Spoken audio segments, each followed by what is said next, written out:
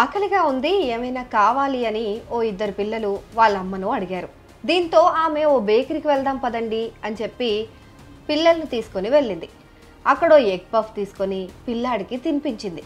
సరిపోదేమో అనుకొని మరో curry puff కూడా పార్సల్ చేయించింది. ఆ కర్రీ పఫ్ను ఇంటికి వెళ్ళి ఓపెన్ చేసి చూస్తే ఆమెకు షాక్ కొట్టినంత పనైంది.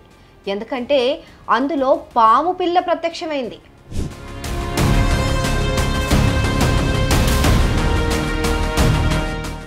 మహబూబ్ నగర్ జిల్లా జడ్చర్లలో జరిగిన ఈ సంఘటన పైన ఇప్పుడు సోషల్ మీడియాలో పెద్ద చర్చ నడుస్తోంది. పిల్లలకు ఆకలవుతుందని తీసుకొచ్చిన కర్రీ పఫ్లో పాము పిల్ల ఉండటంతో ఆమె ఒక్కసారిగా ఉలిక్కిపడింది. పిల్లలకు ఆకలవుతుందని స్కూల్ నుంచి వచ్చేటప్పుడు చెప్పడంతో అలా వారిని బేకరీకి తీసుకెళ్ళింది. అక్కడ ఓ ఎగ్ పఫ్ తినిపించింది. ఆ తర్వాత తన కోసం అని చెప్పి ఓ కర్రీ పఫ్ను కూడా తీసుకుంది.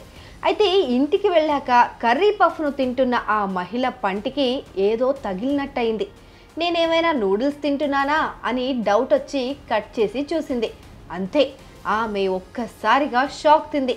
అందులో ఏకంగా ఓ పాము పిల్లే ప్రత్యక్షమైంది.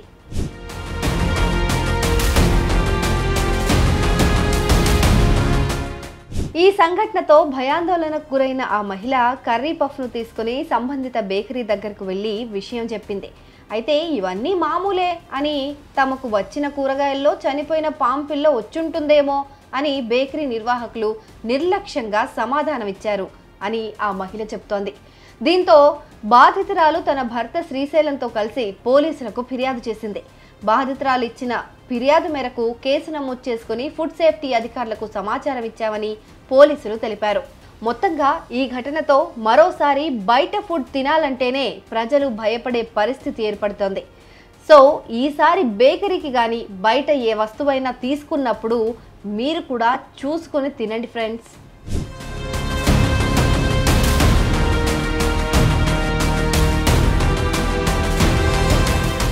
అది జోకినగర్ కాలనీ జడ్చర్ల. నేను స్కూల్ నుండి పిల్లల్ని తొలకడానికి వెళ్ళి వస్తున్నాను. స్కూల్లో పిల్లలేమో ఏమన్నా తింటాం మమ్మీ ఆకలి అవుతుందండి అంటే సరే అని బేకరీకి తీసుకెళ్ళాను సార్. తీసుకెళ్తే అక్కడ బేకరీ కాడ తీసుకెళ్తేనే మా బాబునేమో కర్రీపప్పు తిన్నాడు, ఎగ్ పప్పు తిన్నాడు. కర్రీపప్పు ఏమో పార్సల్ ఇవ్వమన్నా పార్సల్ కట్టించేసిండు. కట్టించినాక ఇంటికి వచ్చిన తర్వాత నేను కర్రీపప్పు కొంచెం తిన్న తర్వాత కట్ చేసి చూద్దామని కట్ చేసి చూసే వరకు షాక్ అయినా సార్. అప్పుడు నేను ఏం చేయాలో నాకు అర్థమవుతలేదు. దాంట్లో ఏం కనబడ్డదంటే చిన్న పాము పిల్ల కనబడ్డది. ఇంత చిన్న పాము పిల్ల, ఇంత చిన్న సైజు ఉంది, ఇంత పాము పిల్ల కనబడ్డది. ఏం చేయాలో నాకు అర్థం కాలేదు. 10 నిమిషాలు అసలు నాకు ఎత్తి పని చేయలేదు, ఏం పని చేయలేదు. అసలు వాటర్ దాగి గమ్ము కూర్చున్నా.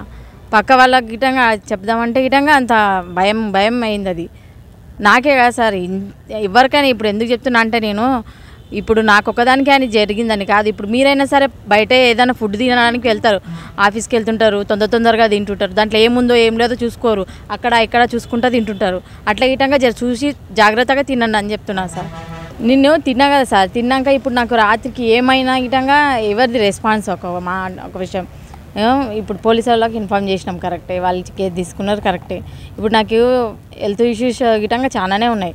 ఇప్పుడు నాకు రాత్రి సడన్గా అప్పుడే ఏదైనా కదే తొందరగా అప్పుడే అటాచ్ అవుతుంది, కానీ తొందరగా సడన్గా రాత్రికి ఏమైనా అయితే అది నాకు ఇబ్బంది. ఈ సంఘటన ఇట్లా జరిగినందుకు పోలీస్ వాళ్ళు వెంటనే యాక్షన్ తీసుకోవాలని చెప్తున్నా సార్. పట్టణంలోని శ్రీ లక్ష్మీ అయ్యంగార్ బేకరీలో కర్రీ పఫ్లో ఒక చిన్న పాము పిల్ల వచ్చిందని చెప్పేసి ఫిర్యాదు సమాచారం దాకా అటు బేకరీని సందర్శించడం జరిగింది. అటు ఏమైతే కర్రీ పఫ్ తిందామని వెళ్ళిందో ఆ బాధితులు ఈరోజు పోలీస్ స్టేషన్కి ఏమని ఫిర్యాదు చేయమని చెప్పాము.